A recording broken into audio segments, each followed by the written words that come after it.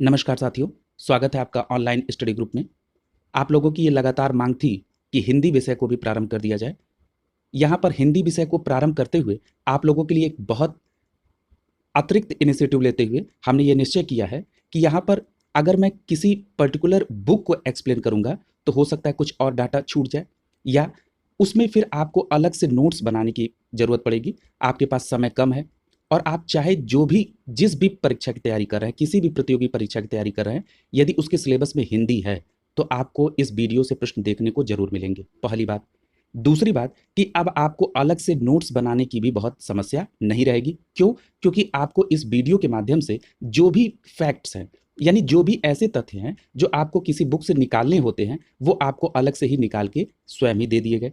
अब आपको केवल इनको समझना है और इसको नोट डाउन कर लेना है। देखिए, यहाँ पर वर्णमाला से हम लोग हिंदी व्याकरण को प्रारंभ करेंगे। जो लोग चैनल पर नए हैं, अभी उन्होंने चैनल को सब्सक्राइब नहीं किया है, वो सब्सक्राइब करने के साथ साथ बेल आइकन को प्रेस करना ना भूलें, क्योंकि कई बार ऐसी समस्या आती है कि नोटिफिकेशन समय से नहीं मिल पाया। तो आपको अगर बेल आइकन प्रेस रहेगा तो नोटिफिकेशन समय से प्राप्त होगा। चलिए शुरू करते हैं आज की ये श्रृंखला। सबसे पहली बात है वर्णमाला। अब यहाँ पर प्रश्न उठता है, वर्णमाला क्या होता है? तो जो वर्णों का समुदाय होता है उसी को हम लोग वर्णमाला कहते हैं। फिर आपके मन में यह प्रश्न उठेगा कि सर ये वर्ण क्या होता है? यानी कि जहां पे क्षरण संभव हो, यानी कि क्षरण का मतलब टूट, उसमें और भी टूट तोड़ा जा सके उसको विभिन्न भागों में, तो इसका मतलब है कि वहां पर उसको हम क्या कहेंगे? वर्ण कहेंगे। जैसे क।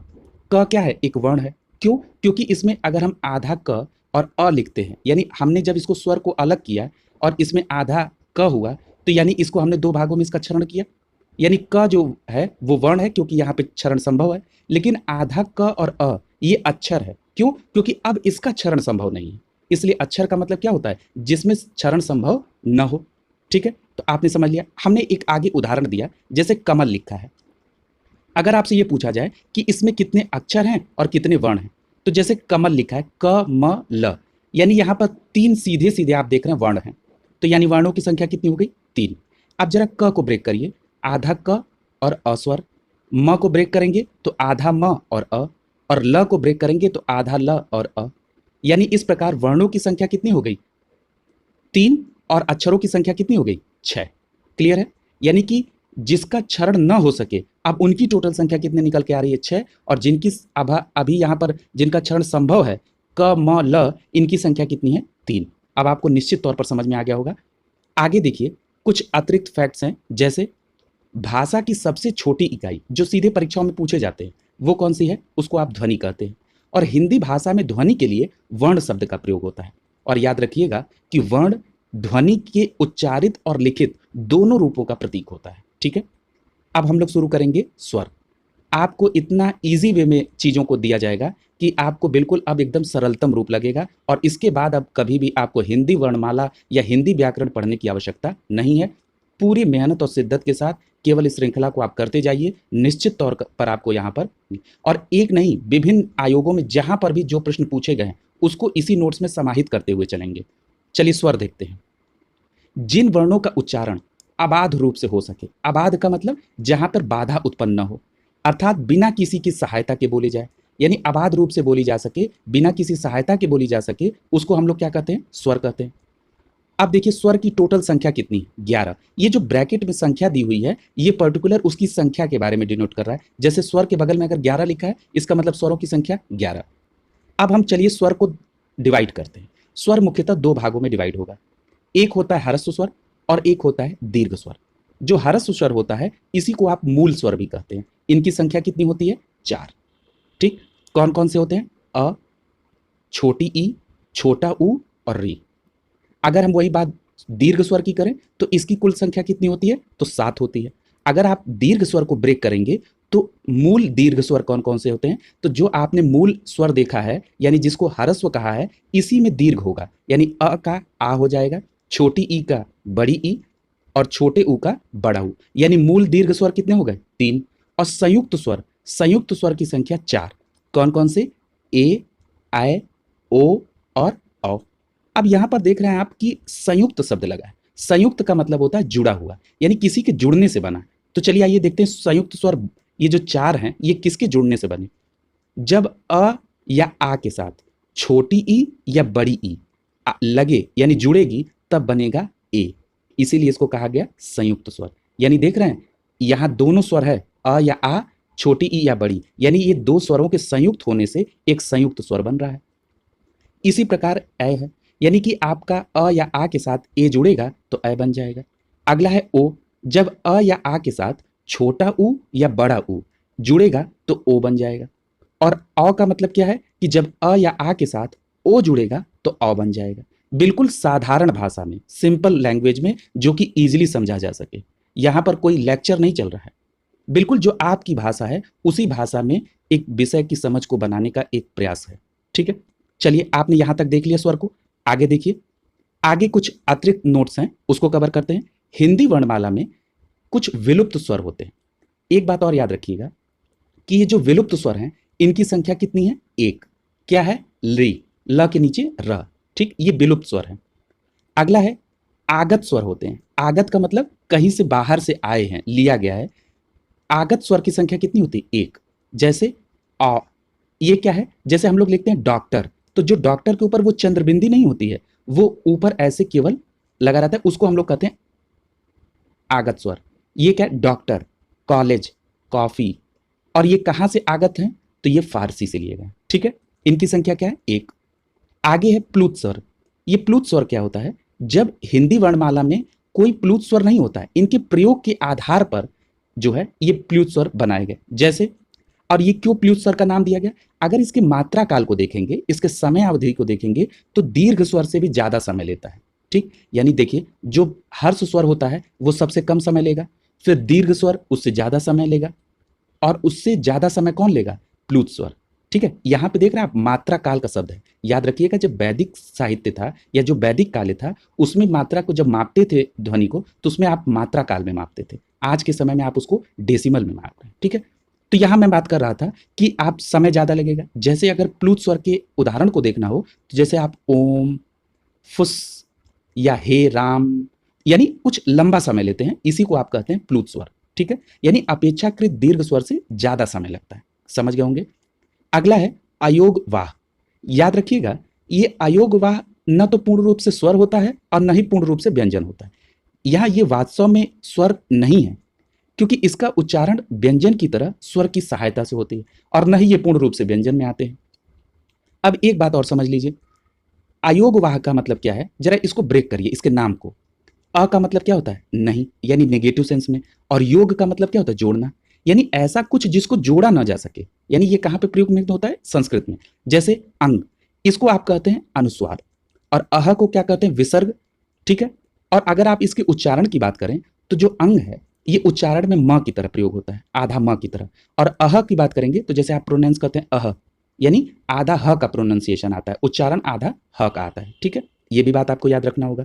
तो बिल्कुल आप अयोग वाह समझ गए होंगे, अंग और अह, और अंग को अनुस्वार और अह को विसर्ग कहते हैं। बिल्कुल क्लियर। आगे देखिए, इस प्रकार आपने ये समझ लिया कि हिंदी वर्णमाला में स्वरों की कुल संख्या कितनी है? 11। कौन कौन से? अ, आ, छोटी ई, बड़ी ई, छोटा ऊ, बड़ा ऊ, री, ए, ओ और औ। यहाँ पे बाकी चीजों को, जैसे जो आगत स्वर हैं या इनको नहीं शामिल किया जाता, क्योंकि ये तो बाहर से आए हुए हैं, उनका प्रयोग होने लगा। ठीक है, अब आइए जरा व्यंजन को देखते हैं। अगर आप मूल व्यंजन की बात करेंगे तो क से लेके ह तक, ठीक है, ये क्या होते हैं? मूल व्यंजन होते हैं, और इनकी संख्या कुल कितनी होती है? 33 होती है।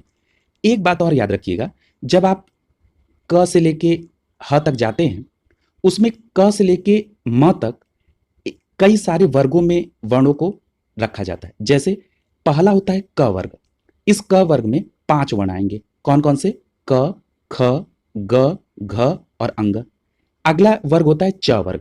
देखिए, जो स्टार्टिंग का नाम होता है वर्ण का, उसी का नाम वर्ण वर्ग से पड़ जाता है। अगला स्टार्टिंग क्या है? च से, तो यह नाम रखा गया च वर्ग। यहां देखिए च, छ, ज, झ, इय।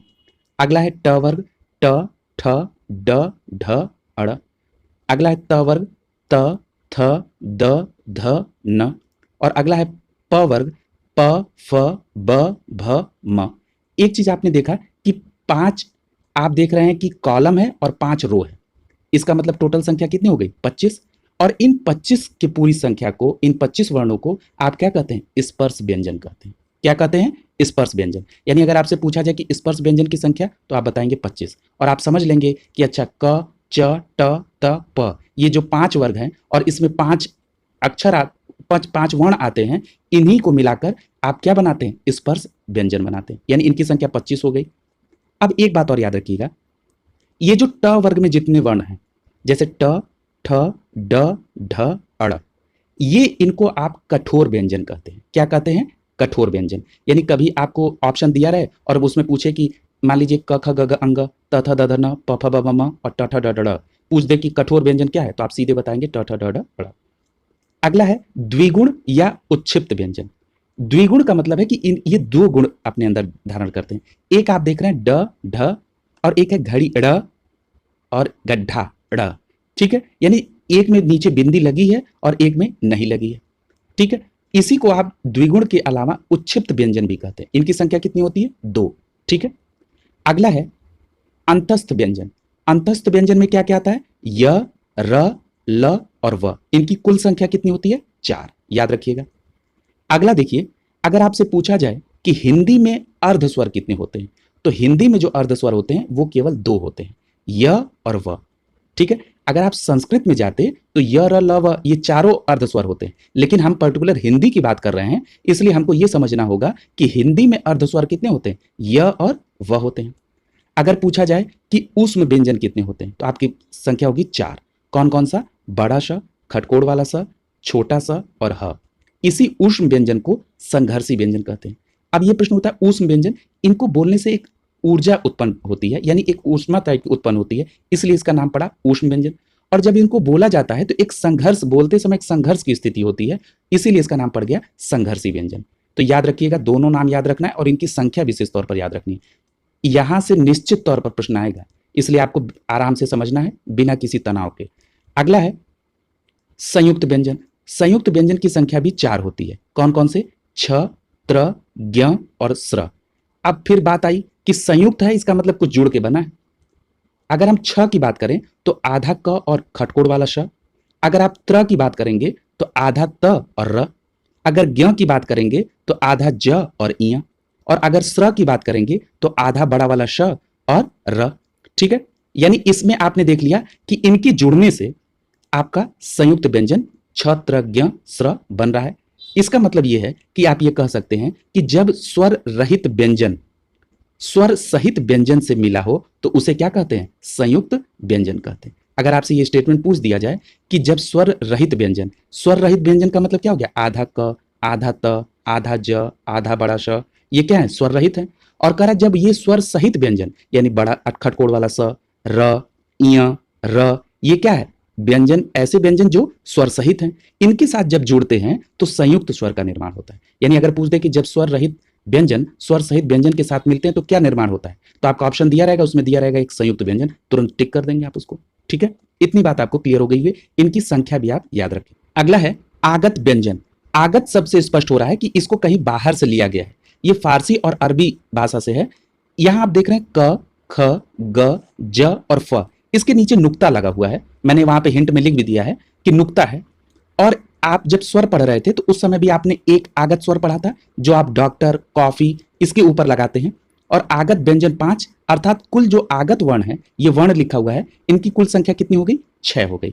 कई जगह आपने देखा होगा कि आगत व्यंजन में केवल ज और फ को लिया जाता है, जबकि आगत व्यंजन अगर आप देखेंगे तो कुल संख्या 5 होती है। अगला है प्रकंपित व्यंजन। ये जो प्रकंपित व्यंजन है इसको लुंठित व्यंजन के नाम से भी जानते हैं। और ये इसका क्या उदाहरण है? र। ये ऐसे व्यंजन है जिनके उच्चारण में जिह्वा 2-3 बार कंपन करती है। जब आप र का प्रोनाउंसिएशन यानी उच्चारण करेंगे तो जैसे आपने कहा रिक्शा, तो आप देख रहे हैं र बोलते समय जिह्वा कई बार प्रकंपित कर रही है। ठीक है, यानी उसमें झंझनाहट आ रही है और लुंठित हो रही है, यानी सिक उड़ रही है। तो इसीलिए इसको कहा जाता है र जो है ये प्रकंपित या लुंठित व्यंजन है। अगला उदाहरण, अगला है पार्थिक। ये जो पार्थिक व्यंजन है ये क्या है? इसका उच्चारण करते समय जो प्राणवायु होती है ये जिह्वा के दोनों पार्श्व से निकल जाती है, इसीलिए इसको कहा जाता है पार्श्विक व्यंजन। तो ये जो पार्श्विक व्यंजन है वो कौन होता है? ल। ठीक है, याद रखिएगा, पार्श्विक व्यंजन पूछा जाए तो आपका जवाब होगा ल। अगला है स्पर्श संघर्षी व्यंजन। ये क्या है? च, छ, ज और झ।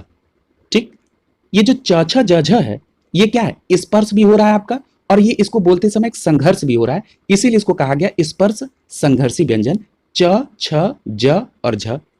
अगला है नासिक के व्यंजन। ये क्या है? ये जो अभी आपने कई सारे वर्ग पढ़े थे, क वर्ग, च वर्ग, ठीक है, इन वर्ग में जो पांचवा यानी जो अंतिम वर्ण है, उसी को आप कहते हैं नासिक व्यंजन।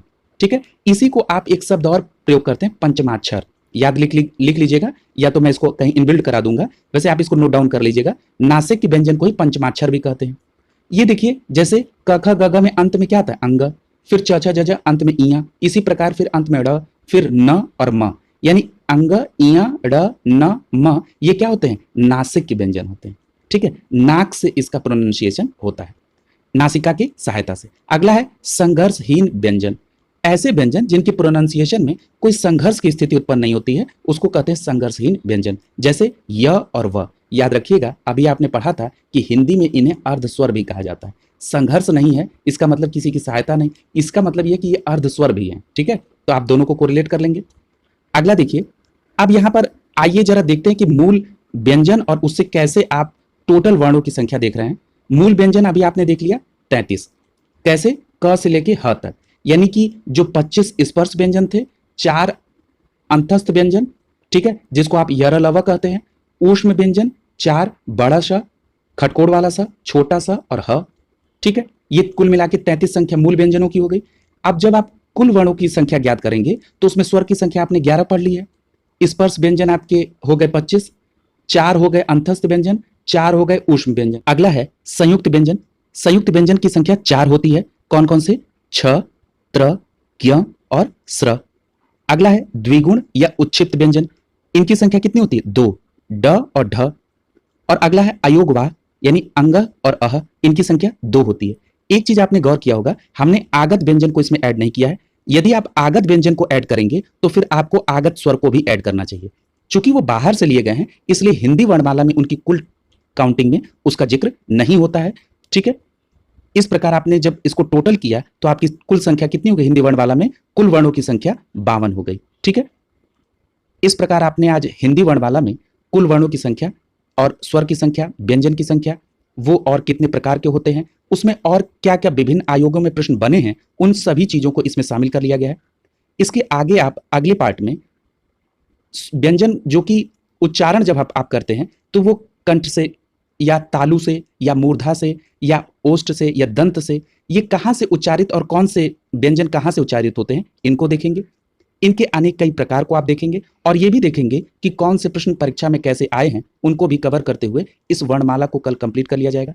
उसको इस वीडियो के साथ इसलिए ऐड नहीं किया गया है क्योंकि काफी लेंथी है, और वो जब ऐड होगा तो वो काफी बड़ा होगा और वो जाए। आज आपने बैकग्राउंड तैयार कर लिया, कल अब इसके आगे जब चर्चा होगी तो आपको बिल्कुल ये वर्णमाला क्लियर हो जाएगा। और परीक्षा के दृष्टिकोण से वर्णमाला काफी इंपॉर्टेंट टॉपिक है, इसलिए मेरा ये मानना था कि इसको बिल्कुल रिलैक्स मोड में आपको देखना चाहिए। जहां पे जो टॉपिक लगेगा कि इसको थोड़ा तेज गति से निकाला जा सकता है, उसको तेज गति से निकालेंगे। समझने योग्य जो भी टॉपिक हैं उनको बहुत इत्मीनान से क्लियर कर लिया जाएगा। निश्चिंत रहिए, परीक्षा तक आपके पूरे टॉपिक को कवर करा दिया जाएगा। ठीक है, आप लोग अपनी तैयारी को सतत जारी रखिए। आप ऑनलाइन स्टडी ग्रुप का भी सहयोग करिए, अपने दोस्तों के बीच वीडियोज को शेयर करिए। ठीक है, आप सभी का बहुत बहुत धन्यवाद।